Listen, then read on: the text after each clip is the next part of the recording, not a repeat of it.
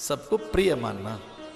तो जैसे अपनापन पैदा होता है, तो देखो श्याम वर्ण का बालक भी हमें श्याम सुंदर जैसा ही दिखाई देता है। एक माँ से तो पूछो, जिसका बच्चा बिल्कुल ही निपट काला कलूटा है, तो वो किस तरह से उसके माथे पर चुंबन जड़ देती है, ये कहकर कि मेरा लाला कन्हैया है, ये तो राजा बाबू है, ये तो मेरा लाल है, ये तो मेरी आत्मा है। उसे अपने अंक में भर लेती है। मां से तो पूछो, तो कितना अपना माने। आत्मवत सर्वभूतेषु। और जिस दिन भी आपने दूसरों को अपना मान लिया, प्रेम का झरना फूट पड़ेगा। और फिर इसीलिए ये कहा सर्वभूत हिते रता, सबके हित में तभी आप खड़े होंगे जब आप उसे अपना मानेंगे। इसमें दो बातें हैं, कोई माने ना माने, आप उसे मानिए तो देखना एक दिन उसके मन में भी अपनापन पैदा हो जाएगा। अपनापन पैदा हो जाएगा। ये शत्रुओं को रिझाने का अचूक उपाय है। अचूक उपाय। अपने मन में शत्रुता मत रखो। तो प्रिय व्रत ने ऐसा व्रत लिया।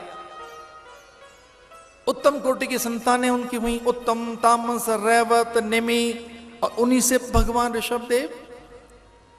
इसे कितना बड़ा गौरव है ये बात कहते हुए, मुझे कितनी हर्षानुभूति हो रही है कि आदिनाथ भगवान ऋषभ देव प्रथम जैन, प्रथम तीर्थंकर कोई और नहीं, स्वयं भगवान नारायण ही हैं। उनके ही अवतार हैं वो ऋषभ देव। भगवान ही आ गए। 24 अवतारों में से एक अवतार ऋषभ देव हैं। 24 अवतारों में से एक अवतार बुद्ध भी हैं। तो वैदिक धर्म की उदारता तो देखो, हिंदुओं की विशालता तो देखो, अरे इनका हृदय तो देखो, सागर जैसा हृदय लिए बैठे हैं ये।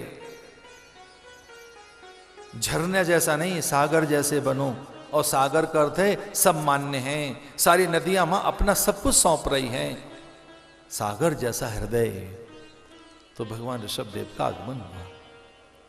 अपने ज्येष्ठ पुत्र को, यद्यपि सभी पुत्रों को ज्ञान दिया उन्होंने, सभी पुत्र उनके एक प्रकार से मुक्त हुए, और अपने ज्येष्ठ पुत्र को राज्यभार सौंपकर वो निकल गए थे जंगलों में। भरत को बस एक ही मंत्र दे गए थे भरत को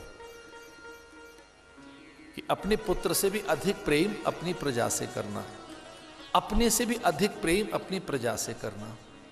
अपने से अधिक प्रेम अगर प्रजा से होगा तो अधिक कर नहीं लगाओगे, टैक्स नहीं लगाओगे, दंडित नहीं करोगे, उसके सुख में, उसके दुख में दुखी हो जाओगे, उसके अभाव के लिए अपने कोष खोल देंगे आप।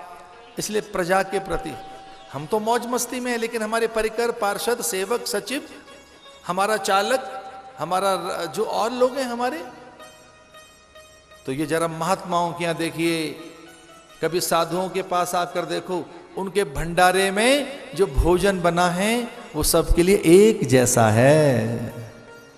मुखिया मुख सो चाहिए, खान पान महु एक, पालई पोषई सकल अंग, तुलसी सहित विवेक। मुखिया मुख सो चाहिए, खान पान महु एक। आप परिवार के हेड हैं, मुखिया हैं, तो आपके थाल में जो आया है वो अंतिम व्यक्ति तक भी जाना चाहिए। आपके थाल में तो बहुत सी चीजें हैं, और दूसरा केवल सत्तू पी के रहे, चोखा लिट्टी, खाली पोहा, नो, जो थाल में वो वहां भी जाना चाहिए। मुखिया मुख सो चाहिए, खान पान महु एक, पालई पोषई सकल अंग, तुलसी सहित विवेक। और ये बहुत कम लोगों को बताना, सबको ऐसी महंगी बातें मत बता देना। अगर घर में लक्ष्मी को सदा के लिए रखना है और डेरा जमा के बैठ जाए वो सदा के लिए, तो इतना ही करना। आपकी थाली में जो है वो आपके सचिव, सेवक और नौकर की थाली में भी होना चाहिए, तो लक्ष्मी जी जम जाएंगे, फिर नहीं हिलेंगे वो।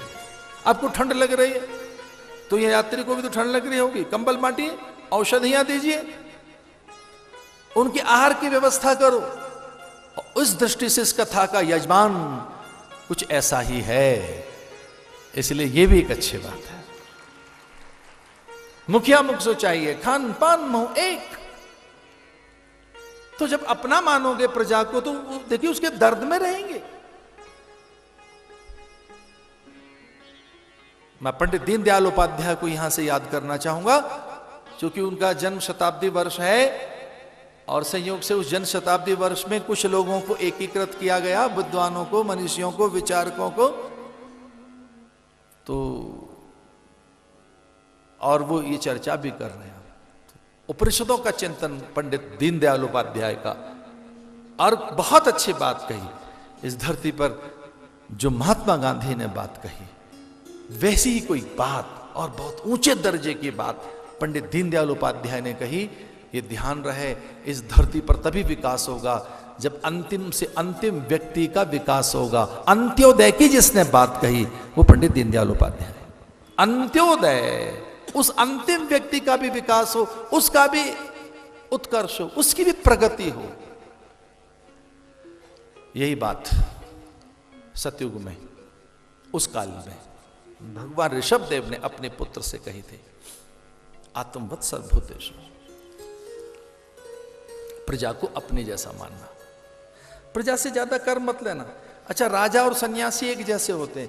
राजा कितना कर ले प्रजा से, जैसे मधुमक्खी लेती है। मधुमक्खी शहद कितना लेती है फूल से, फूल को पता ही नहीं। न वो उच्छिष्ट अनुभव करता, न अधूरा अनुभव करता, न ठगा हुआ अनुभव करता, न छला हुआ अनुभव करता। फिर भी शहद निकाल के ले गई मधुमक्खी उसमें से। फूल कहाँ ठगा हुआ है, कहाँ छला हुआ है, अधूरा कहाँ है, अपूर्ण कहाँ है, उच्छिष्ट कहाँ है, अपवित्र कहाँ है। जिसमें से शहद निकल गया वो अपवित्र है क्या? पुष्प। फिर भी वो भगवान के माथे पे चढ़ रहा है। किस यतन से उसने निकाला है शहद? उतनी यतन से भैया कर लेना सीखें अगर राजा, तो इस धरती पर आनंद ही आनंद छा जाएगा। जब राम आए वन से लौटकर तो राम इतने कठोर होंगे भरत जानता भी नहीं था। इतने कठोर होंगे राम। राम ने रात में ही पूछ लिया भरत से, भरत सब ठीक है? हाँ, मुझे कोश बताइए कैसा है। मैं कोता मुझे, अब मैं राजा होने वाला हूं कल, मैं चार्ज लूंगा तेरे से, और तू मानता है कि मैं ही यहां का राजा हूं, मेरी खड़ाऊ पूजित होती हैं। मुझे कोश बता, फाइनेंस की स्थिति बता क्या चल रही है। तो घबरा गया भरत। उसने कहा भोर तो होने दो, एक बार भोर तो हो जाए फिर बताऊं। लेकिन बोले नहीं, अभी बता। अयोध्या का कोश क्या कहता है? तो भरत ने सकुचाते हुए कहा कि अयोध्या का कोश 13 गुना बड़ा है, 13 टाइम्स जीडीपी है यहां की। जितना आप छोड़कर गए थे या पिताजी, उससे 13 गुना यहां मैंने इकट्ठा कर दिया है। तो राम ने पूछा, तेने इतना ले लिया कर, तेने इतना कर ले लिया प्रजा से? तो भरत ने कहा मैंने नहीं लिया, मैंने तो कर मुक्त कर दिया था प्रजा को कि कोई कर मुझे नहीं चाहिए, कोई टैक्स मुझे नहीं चाहिए। लेकिन ये प्रजा ही ऐसी है कि जब पता लगा कि राजा को कुछ नहीं चाहिए तो सारा का सारा जो अधिक धन था प्रजा ने राजकोष में जमा करा दिया है। जब ज्यादा हो जाता तो राजा के पास जाते, आप जमा कर लो, आप रख लीजिए। ये तो आज भी कुछ भले लोग ऐसा करते हैं कि बड़े बुजुर्गों के पास अपनी चीजें रख देते हैं कि हमारे पास इतनी, आप संभाल के रखो। अपने विश्वस्त लोगों के पास रख देते हैं जिनके पास बहुत फेथ है, भाई हमारे पास ज्यादा चीजें नहीं, संभाल के रख दो, ये भगवान की वस्तुएं, इनसे उत्सव होंगे, धर्म होगा, भंडारे चलेंगे, अथवा इनसे कोई भगवदीय कार्य की सिद्धि होगी, तो हमारी चीज संभाल के रखो। ये तो आज भी ऐसा होता है।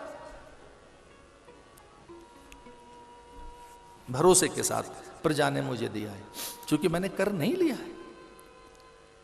तो कोई ये कहे दैहिक दैविक भौतिक तापा, राम राज काहू नहीं व्यापा, नहीं काहू व्यापा, इसका अर्थ यह है कि भरत ने कर ही नहीं लिया अपने आप। तो भरत ने इस तरह से राज्य किया, तो नाम पड़ गया भारत। इस देश का नाम भारत हो गया।